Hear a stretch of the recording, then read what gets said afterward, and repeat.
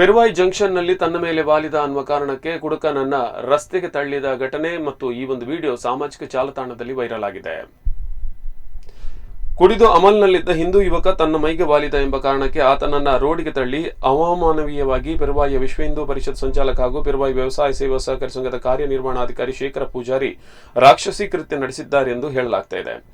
ಬಳಿಕ ಬಿದ್ದವರನ್ನು ಎಬ್ಬಿಸಲು ಹೋಗದೆ ವಾಹನ ಬರುವಾಗಲೂ ಹಾಗೆ ಬಿಟ್ಟಿದ್ದಾರೆ. ರಸ್ತೆಯಲ್ಲಿ ಬಿದ್ದವರನ್ನ ಶಿರಂಕಲ್ಲು ಶಿವಪ್ರಸಾದ ಅವರನ್ನ ಪೆರುವಾಯಿ ಯುವಕರಾದ ಅನ್ಸಾರ್ ಮತ್ತು ರಫೀಕ್ ಆಸ್ಪತ್ರೆಗೆ ಕರೆದುಕೊಂಡು ಹೋಗಿ ಚಿಕಿತ್ಸೆ ಕೊಡಿಸಿ ಮನೆಗೆ ಕರೆದುಕೊಂಡು ಹೋಗಿ ಬಿಟ್ಟಿದ್ದಾರೆ.